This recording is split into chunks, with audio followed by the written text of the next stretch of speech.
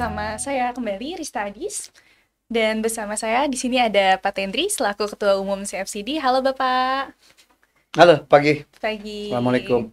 Oke, jadi kalau kemarin nih kita sudah bahas terkait redefinisi dari CSR atau Corporate Social Responsibility, bagian C-nya nih corporate.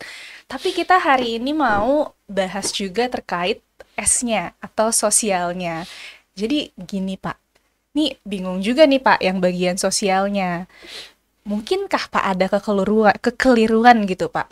Karena dalam ISO 26000 itu tidak hanya membahas sosial ya Pak, ada labor practice juga, kemudian ada human right, ada fair operation practice gitu. Tapi kenapa sih Pak kita tuh menggunakan kata yang digunakan tuh sosial, padahal semuanya nggak semua sosial. Kenapa tuh Pak? Ini bukan kamu aja yang bingung, bukan kamu aja ya, bukan Mbak Adis aja yang bingung ya. Ini seluruh dunia lah ya, Seluruh dunia ya Pak, bukan ya saya ternyata. kamu nggak sendirian ya. Nah jadi begini ya.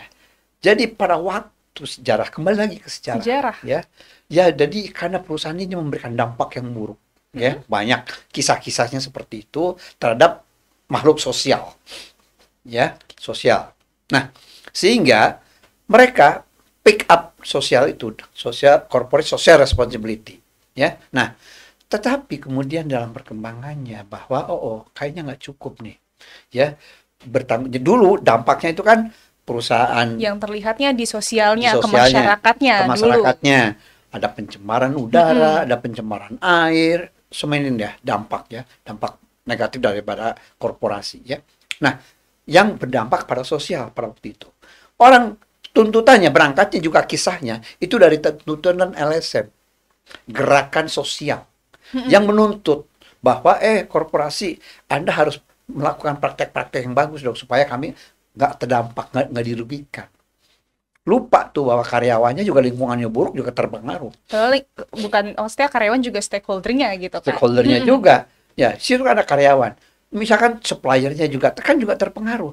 Perusahaan ini bertanggung jawab nggak sama suppliernya? Jangan-jangan kalau bayar diundur-undur. Saya kan pernah kerja di sebuah perusahaan. Pak, kebijakan kita pembayarannya itu tiap 3 bulan. Padahal perusahaan ini dengan mitranya membayar 3 bulan, itu artinya apa? Dia dalam rangka mendeliver ya jasa ke kita, dia harus ngutang kepada para pelepas uang. Artinya kan ada tambahan bunga. Artinya satu, emangnya kosnya ditelan sendiri? Enggak lah, dipasung ke kita lah, ya kan? Jadi lebih mahal kitanya, Iya betul. ya kan? Sehingga kita ya memiliki mitra yang mungkin karena rugi, karena untungnya peot gitu ya, sehingga kualitas daripada produknya menjadi kurang bagus. Kemudian juga karena paymentnya terlambat ya dan sebagainya, maka mitra kita juga akhirnya apa? Nggak gede-gede ya, dan apa namanya, harus berhutang kiri kanan.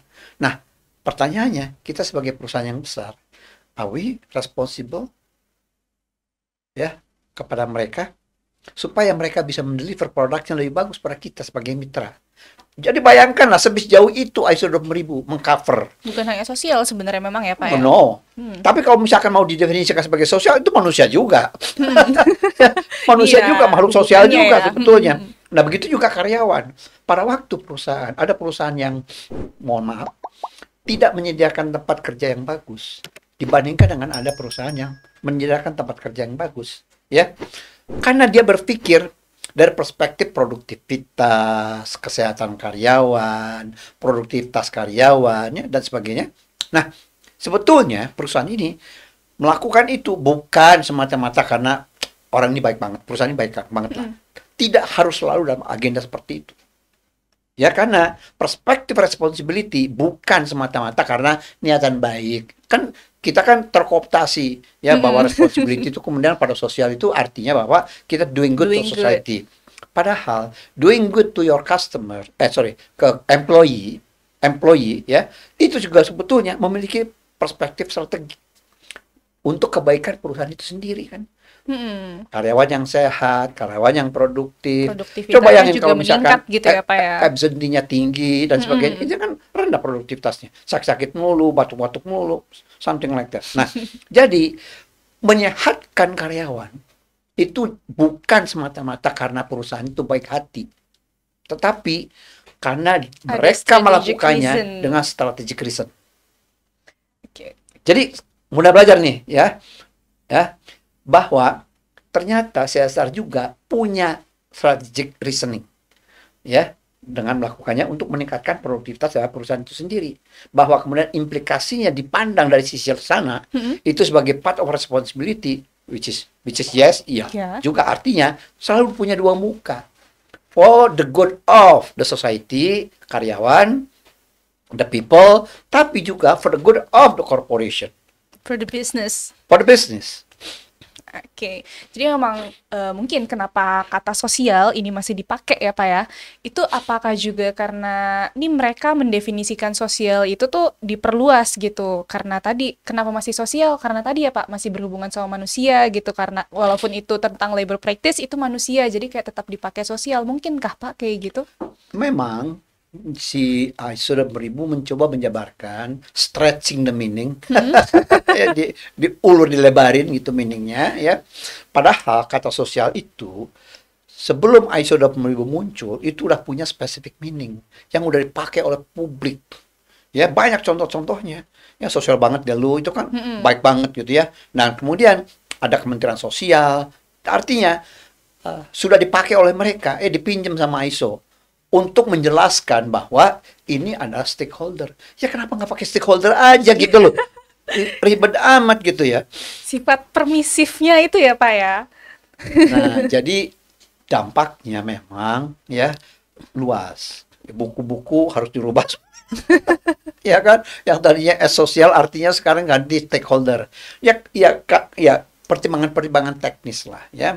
Bukan logik. Karena logiknya kan juga seperti kita bahasakan. Nah, itu kan juga sebetulnya keliru. Ada logical fallacy di situ. Kekeliruan logik, kelemahan logik. Ya kan? Nah, belum lagi kita ngomongin masalah semantik. Ya kan? Nah, inilah sebetulnya ya saya pernah apakah ini sebuah kemalasan intelektual gitu ya, untuk mengganti, atau karena bayanginlah pemerintah juga seringkali kan nama menteri berubah, sekolah kurikulumnya berubah, implikasinya apa nggak juga nggak buruk, ya kan? Nyetak buku berubah, alamat buku, kop surat berubah, kartu nama berubah, nama nomenklatur kementeriannya berubah. Nah, bayangkanlah, mungkin jangan-jangan ISO 2000 berpikirnya seperti itu. Ya, sehingga sampai hari ini masih dianggap S-nya tuh sosial. Sosial. Terus kemudian dicoba dijabarkan. Ya, tapi itu kan sebetulnya rangkaian excuses. Audiens, Pak Henry, S itu artinya karyawan dan sebagainya. Oh gitu toh. Oh ya sudah, kita manggut-manggut aja kan. Padahal secara semantik keliru ya, secara apa namanya. Nah, bukan hanya soal kebahasaan, tetapi ternyata memberikan implikasi-implikasi. Pada waktu kita melakukan kegiatan-kegiatan yang bertanggung jawab kepada konsumen, kepada karyawan, ya, itu dianggap just doing business as usual, bukan CSR. Coba bayangin, ya, terjadi dikotomi seperti itu. Nah, ini kan juga kekeliruan logik. Kalau pakai logika ISO 2000, itu CSR. Tapi dari pengalaman saya ikut di salah satu award-nya CFC, dia Pak ya, CSR Award, itu juga sebenarnya kelihatan sih Pak. Mungkin ada kali ya Pak, sekitar 80% dari program yang masuk ke kita, itu CID. Ya. Atau kayak terkait sosial semua gitu. Jadi maksudnya dari perusahaan pun karena ini judulnya sosial, corporate social responsibility, mereka berpikirnya tuh, oh ini baru bisa dikatakan CSR ketika mereka sudah membuat program untuk masyarakat gitu ya Pak ya. Jadi kayak ya, jadi yang lain nggak dianggap. Jadi mereka gamang. Ya. Mungkin karena kegamangan tentang meaning sosial tadi, ya. Kalau pada waktu when we are talking about social, itu artinya the people out there, di luar perusahaan. Ya, ternyata itu menghinggapi ya sekian persen perusahaan kan, banyak lah ya sampai dengan hari ini. Bahkan publik pun masih berpikir when we are talking S itu me artinya. Saya, ya, kata masyarakat. Bukan orang-orang yang ada di dalam perusahaan. Nah, jadi ini menarik nih. andai kata ada perusahaan-perusahaan yang melakukan kegiatan-kegiatan pasang solar panel, melakukan pengolahan limbah dan sebagainya. Dulu sampai sekarang juga masih banyak lah yang berpikir bahwa itu bukan CSR. Karena no people involved, nggak ada manusia yang terlibat, orang luarnya. Padahal kan karyawan terlibat di situ.